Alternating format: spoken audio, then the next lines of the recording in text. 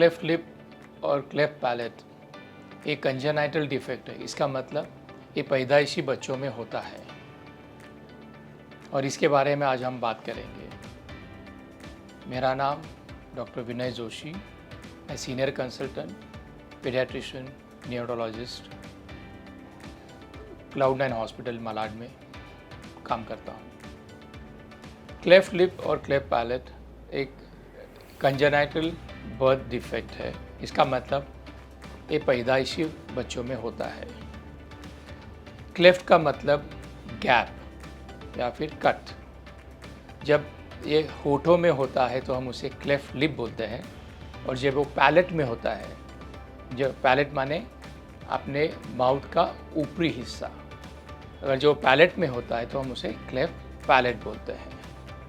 अभी हम जानेंगे कि क्लेफ्ट लिप और क्लेफ्ट पैलेट होता क्यों है। जब बच्चा पेट में बड़ा होता है, जो टिश्यूज़, जो पेशियाँ पैलेट और होठ बनाते हैं, वो ठीक तरह से जॉइन नहीं हो पाते हैं सामने आने के बाद।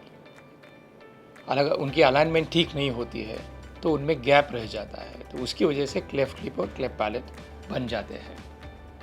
अभी क्लेफ्ट लिप और क्लेफ्ट पैलेट के कुछ टाइप्स होते हैं।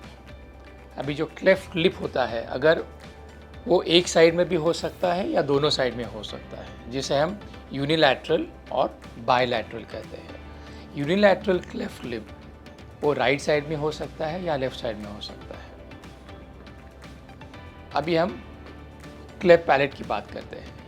पैलेट में दो भाग होते हैं। जो सामने वाला भाग होता है वो हार्ड होता है, हम उसे हार्ड पैलेट बोलते हैं, और पिछला हिस्सा वो सॉफ्ट होता है, उसे हम सॉफ्ट पैलेट बोलते हैं। अगर क्लेफ्ट हार्ड पैलेट में हो सकता है या फिर वो सॉफ्ट पैलेट में हो सकता है, और कभी कभार ये पूरा पैलेट को इन्वॉल्व करता है। क्लेफ्ट लिप सिर्फ क्लेफ्ट लिप होगा या फिर कभी सिर्फ क्लेफ्ट पैलेट होगा, और कभी कभार हम क्लेफ्ट लिप और क्लेफ्ट पैलेट दोनों साथ में भी होते हैं। अभी हम क्लेफ्ट लिप और क्लेफ्ट पैलेट की कॉजेस क्या है, ये होता क्यों है। जितने भी स्टडीज़ में देखा गया है उसमें से हमको एग्जैक्ट रीज़न और एग्जैक्ट कॉज क्या है अभी तक पता नहीं चला, इसलिए हम उसे अननोन इटियोलॉजी बोलते हैं। मगर कुछ जेनेटिक फैक्टर्स होते हैं जिसकी वजह से क्लेफ्ट लिप और पैलेट का रिस्क बढ़ जाता है। जैसे कि अगर मदर में क्लेफ्ट लिप क्लेफ्ट पैलेट हो, या फादर में हो, या फिर किसी सिबलिंग में हो, तो इसका रिस्क आने वाले बच्चे में बढ़ जाता है। अगर मदर प्रेगनेंसी के दौरान अल्कोहल कंजम्पशन करती है या फिर एक्सेसिव स्मोकिंग होता है, तो उसकी वजह से भी क्लेफ्ट लिप क्लेफ्ट पैलेट का रिस्क बढ़ जाता है। अगर मदर प्रेगनेंसी के दौरान कुछ मेडिकेशंस कंज्यूम करती है, जैसे कि सीजर के लिए जो मेडिसिन हो, टोपिरामेड और वैल्प्रोएड, इसके वजह से भी क्लेफ्ट लिप क्लेफ्ट पैलेट का रिस्क बढ़ जाता है। अभी हम क्लेफ्ट लिप और क्लेफ्ट पैलेट की वजह से क्या क्या प्रॉब्लम्स आ सकते हैं वो देखते हैं। क्लेफ्ट लिप और पैलेट की वजह से the most important problem is feeding. जब बच्चा पैदा होता है तो क्लेफ्ट की वजह से वो अच्छी तरह से सील पैदा नहीं कर पाता, और सील ना बनाने की वजह से ब्रेस्ट फीडिंग में प्रॉब्लम आ सकती है। अगर बच्चा बड़ा हो तो फिर उसे खाने में भी तकलीफ होती है। दूसरा बड़ा problem cleft lip cleft palate में होता है हियरिंग। इन बच्चों में ईयर इन्फेक्शन के काफ़ी चांसेस होते हैं, और उसकी वजह से कान में मिडल ईयर में पानी भर जाता है, जिसे हम ग्लू ईयर बोलते हैं, और इसकी वजह से हियरिंग में प्रॉब्लम हो सकती है। तीसरी इम्पॉर्टेंट प्रॉब्लम इन बच्चों में डेंटिशन की आती है। क्लेफ्ट की वजह से डेंटिशन में फॉर्मेशन, अलाइनमेंट या फिर डेंटल केरीज, इसकी भी रिस्क ज़्यादा होती है।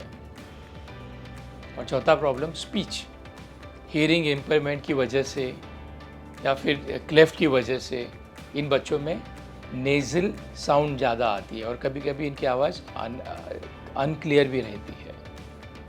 और लास्ट में अपीयरेंस।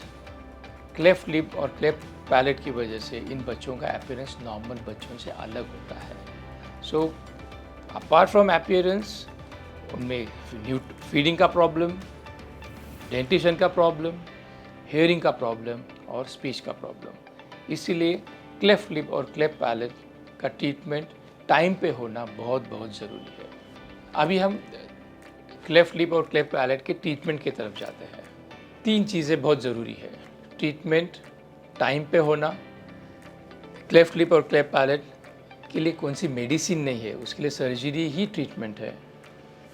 और तीसरा पॉइंट, इसे टीम ऑफ डॉक्टर्स की ज़रूरत होती है। ये मल्टी डिसिप्लिनरी अप्रोच होना बहुत ज़रूरी है। अभी इस टीम में कौन कौन से डॉक्टर चाहिए? इसमें पेडियाट्रिक सर्जन चाहिए, प्लास्टिक सर्जन चाहिए, ऑफ कोर्स न्यूरोलॉजिस्ट जो है वो पेडियाट्रिशियन जो है वो he is a primary consultant, उसकी ज़रूरत है।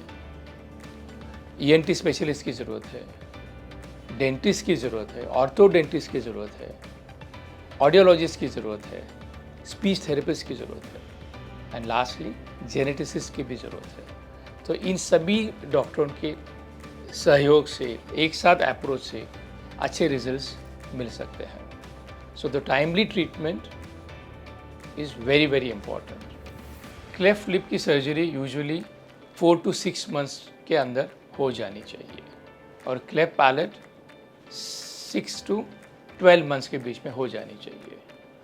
मोर और लेस क्लेफ्ट लिप और क्लेफ्ट पैलेट जब होता है तो 18 मंथ्स के अंदर ये सर्जरीज होना बहुत ज़रूरी है। अगर अच्छे रिजल्ट, सेटिस्फाइंग रिजल्ट अगर चाहिए तो टाइम पे सर्जरी होना काफ़ी ज़रूरी है। सर्जरी से पहले बेबी को फीडिंग का सपोर्ट होना बहुत ज़रूरी है। तो उसके लिए ब्रेस्ट फीडिंग के लिए डिफरेंट पोजीशंस ट्राई करने पड़ेंगे, डिफरेंट टाइप्स के निप्पल यूज़ ट्राई करने पड़ेंगे ताकि न्यूट्रिशन अच्छी तरह से बनाए रखे। ईएनटी स्पेशलिस्ट, ऑडियोलॉजिस्ट इनकी ज़रूरत होती है अगर हेयरिंग इम्पेयरमेंट है तो। डेंटिस्ट और ऑर्थोडेंटिस्ट इनकी ज़रूरत डेंटिशन प्रॉब्लम के लिए होती है। तो speech therapist, audiologist, they will help you basically उनके हियरिंग में और स्पीच में डेवलपमेंट में। सो टू समराइज, क्लेफ्ट लिप और क्लेफ्ट पैलेट एक बर्थ डिफेक्ट है, ये पैदाइशी बच्चों में हो जाता है।